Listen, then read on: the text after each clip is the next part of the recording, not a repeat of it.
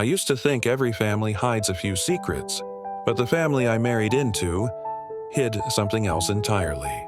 Something colder, something crafted. A psychological maze built over years of silence and control. This is not a story about a mother-in-law. It's a story about identity, power, and what happens when someone finally shows you who they really are. When I married my husband, I knew his family was complicated. But I didn't know why. He was gentle, smart, but restless.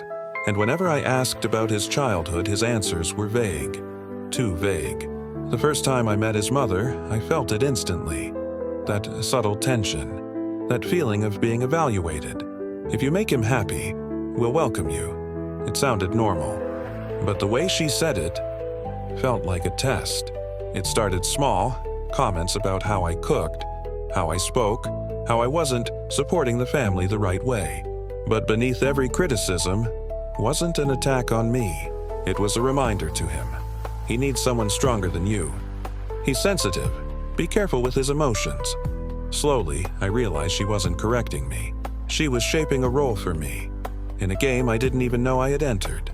Whenever she criticized him, he shrank. Not just emotionally, physically.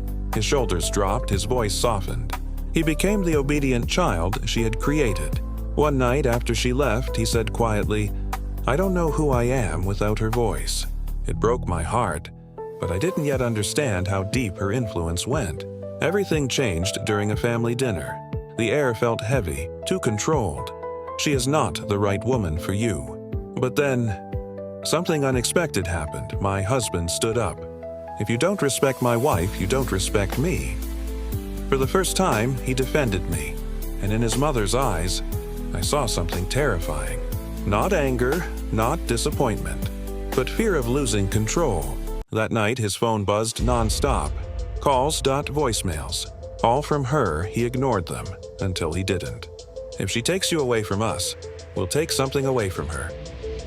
He didn't hesitate. He just said, "We're going to my parents." Now, their house was dark. Too dark. The front door was unlocked. And in the hallway, a suitcase. My suitcase. If you want him, you'll leave. But something felt wrong. Too rehearsed.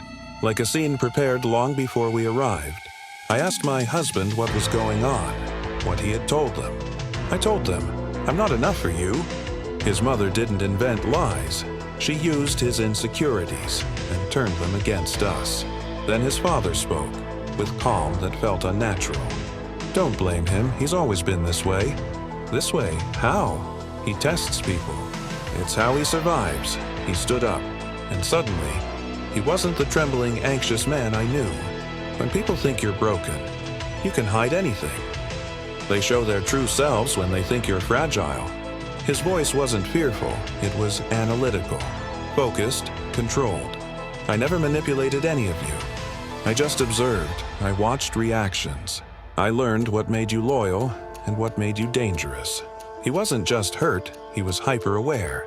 A man shaped by years of emotional warfare who adapted in ways none of us expected. He asked what I would do next. And in that moment, looking at the cold, curious man who wore my husband's face, I saw it all. The journals, the tests, the predictions. He expected tears, he expected fear. He expected me to run. That's what his data told him would happen. But as I looked at the pages filled with notes about me, I realized something. Fear was a response. It was data. And I was done being his data point. He had spent a lifetime observing people to feel in control, to never be surprised. He thought he understood human nature, but he only understood patterns. He never understood the spark that makes someone break them. I closed the journal. The sound echoed in the silent room. I looked up at him, and for the first time, I wasn't afraid. I felt clear. He wanted to know what I would do next. I smiled, and I told him the truth. "You spent your whole life studying reactions," I said, my voice steady. "But you never had a subject who could study you back." A flicker in his eyes, surprise. The one thing he never allowed himself to feel. The game wasn't over. My role in it just changed. He wanted a test. Now he has one. I said I was just getting started. What I meant was his game was over. He started watching me, desperately searching for a pattern he could recognize. a variable he could control. But you can't predict a player who has read your entire strategy guide. He spent his life isolating his subjects. He never considered they might one day connect.